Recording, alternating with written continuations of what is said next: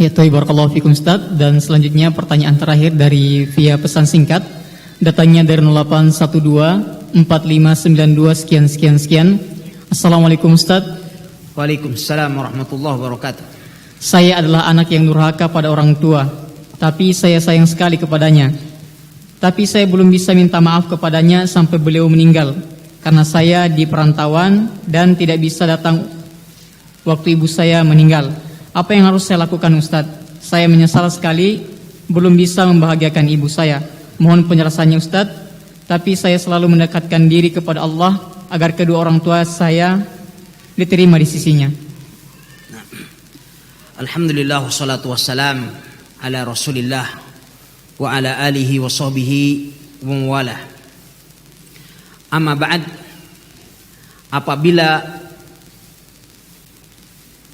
kedua orang tua kita telah meninggal, begitu orang tua kita meninggal, maka saat itu berarti lembaran baru birrul walidain kita mulai terbuka. Dan bentuk birrul walidain yang paling utama kata para ulama adalah bentuk birrul walidain setelah wafatnya mereka. Karena birrul walidain atau bakti seorang anak kepada kedua orang tua semasa mereka masih hidup terkadang hanya sebuah mujamalah, sebuah basa-basi. Terkadang ketika kita berbuat baik kepada orang tua kita yang masih hidup, karena ada sesuatu yang masih kita harapkan dari mereka, atau karena kita masih khawatir dan takut dari ancaman mereka. Tetapi apabila seorang anak berbakti kepada kedua orang tuanya setelah mereka meninggal dunia, maka itu adalah bentuk birrul walidain yang sangat utama, bentuk birrul walidain yang paling ikhlas, birrul walidain yang tidak ada yang mengetahuinya kecuali Allah. Oleh sebab itu di dalam sebuah hadis, kalau tidak salah di dalam Sunan Tirmidzi, terkadang ada seorang muslim yang sudah meninggal, semasa baru kali dia meninggal, dia dapatkan kuburannya masih sempit, terbatas. Tapi semakin lama kuburannya itu semakin lapang, semakin luas, semakin senang di alam barzah. Kemudian ia bertanya, dari mana aku dapatkan ini semua? Kemudian dikatakan kepadanya saat itu, bistighfari waladika lak, karena istighfar anak-anakmu kepadamu. Oleh sebab itulah Nabi SAW suatu ketika beliau ditanya oleh seorang sahabat, ya Rasulullah, hal baqiya alayya syai'un min birri abawai aburru bihi ba'da mautihima. Wahai Rasulullah, apakah ada sesuatu yang tersisa dari bentuk baktiku kepada kedua orang tuaku setelah mereka meninggal? Kemudian Rasulullah SAW beliau bersabda, na'am, iya, masih ada yang tersisa. Bakti kepada orang tua yang telah meninggal tidak terputus dengan kematian mereka. Masih ada yang tersisa yang bisa kita lakukan. As-salatu alaihima, mendoakan keduanya, wal istighfar lahuma, beristighfar bagi keduanya, wa infadu ahdihima ba'dahuma au min ba'dihima, dan menjalankan wasiat-wasiatnya, wasilatur rahimil lati la tusalu illa bihima, menyambung tali silaturahmi yang tidak bisa tersambung kecuali dengannya, wa ikramu sadiqihima, wa ikramu sadiqihima, dan memuliakan teman-teman keduanya. Ini adalah bentuk-bentuk birrul walidain yang bisa dilakukan oleh seorang anak setelah mereka meninggal. Oleh sebab itu bentuk birrul walidain yang paling baik justru setelah orang tua kita wafat. Orang tua kita saat ini mungkin saja dalam keadaan dihimpit oleh kuburannya yang sangat sempit, mungkin dalam keadaan terazab di alam kubur sana.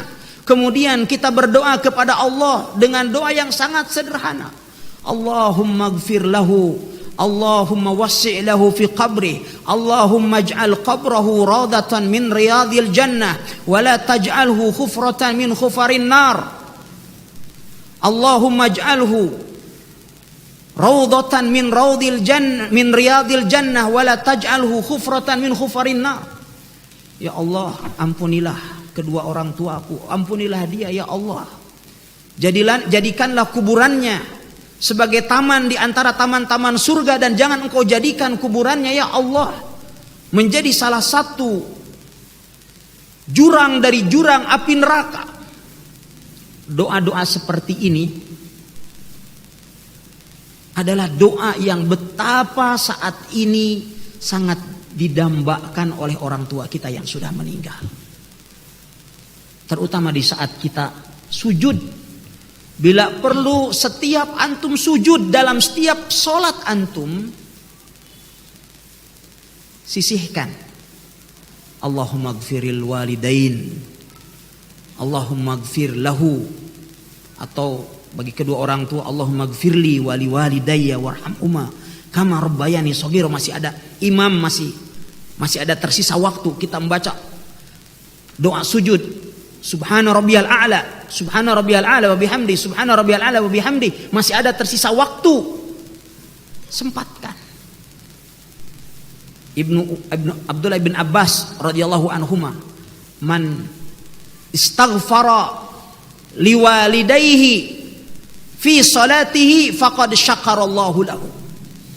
Barang siapa yang memohonkan ampun bagi kedua orang tuanya di dalam salatnya, maka sungguh Allah telah bersyukur kepadanya.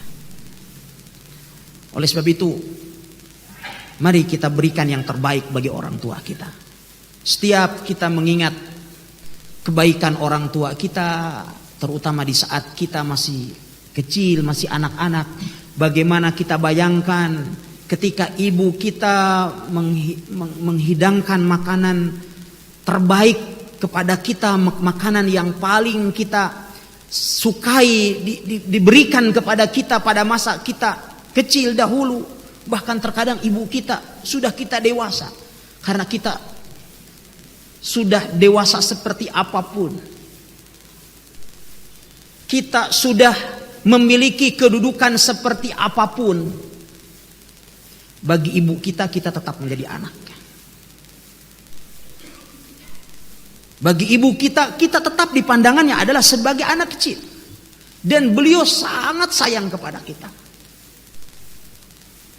Kalau saya pergi saat ini ke Polinggona, saya menemui ibu saya. Ibu saya sudah lanjut. Usia saya juga sudah di atas 40 tahun. Tapi ibu saya memandang saya tetap sebagai anaknya. Walau saya pergi dengan tidak membawa anak-anak saya datang sendirian. Ketika pulang ke Kendari, itu ibu saya masih menyiapkan bagi saya untuk bekal di jalan. Sama halnya sikap ibu saya, seakan-akan saya dulu waktu masih SD pergi ke sekolah, hendak pergi ke sekolah, ibu saya menyiapkan makanan pakai rantang atau pakai tempat plastik begitu, menyiapkan kemudian minuman pakai botol. Demikian begitu juga yang beliau lakukan saat ini. Subhanallah, cinta kasih sayangnya tidak terputus. Itulah orang tua kita. Oleh sebab itu, birrul walidain kepada orang tua itu tidak boleh pula putus bagi kita sekalian. Berikan hadiah terbaik. Cita-citakan pada hari kiamat kelak kita menghadiahkan kepada orang tua kita tajul waqar, mahkota kehormatan.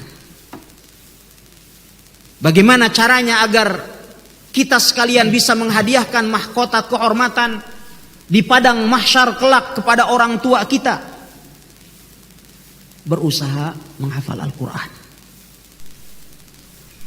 Anak yang hafal Al-Quran akan memberikan kepada orang tuanya pada hari kiamat kelak tajul waqar, mahkota kehormatan. Al-lu'lu'atu fihi afdalu minad dunya wa ma fiha satu permatanya saja yang ada di mahkota kehormatan itu, kata Rasulullah, itu jauh lebih baik daripada dunia dan seisinya. Oleh sebab itu, al-istighfar lahuma, memohonkan ampun bagi keduanya tidak terputus di saat mereka masih hidup. Tadi disebutkan dalam pertanyaan, kedua orang tuanya sudah meninggal, belum sempat untuk memohon maaf kepadanya. Kita katakan sebagaimana disabdakan oleh Nabi SAW, al-istighfar lahuma, perbanyaklah memohonkan ampun kepada Allah Subhanahu wa taala bagi keduanya. Dan ciri dari kesolehan seorang muslim, antum bisa tahu antum itu masuk orang soleh ataukah tidak? Dari mana bisa mengukur antum menjadi orang soleh atau tidak? Jikalau antum saat ini ingin tahu antum soleh atau tidak, antum perhatikan pada doa antum. Apakah antum senantiasa menyertakan doa bagi orang tua antum ataukah tidak? Jikalau antum senantiasa menyertakan kedua orang tua di dalam setiap doa antum, maka insya Allah antum termasuk ke dalam golongan orang-orang yang soleh. Mengapa demikian? Karena Nabi SAW beliau bersabda, "Idza mata ibnu Adam in qata'a amaluhu illa min salas." Apabila anak cucu Adam meninggal, maka terputuslah amal perbuatannya kecuali 3 perkara. Apa itu? Awaladun salihun yad'ulah. Salah satu di antaranya adalah anak soleh yang mendoakannya.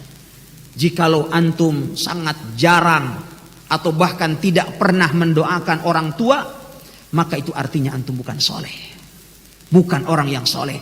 Indikasi antum menjadi orang yang soleh adalah senantiasa mendoakan kedua orang tua.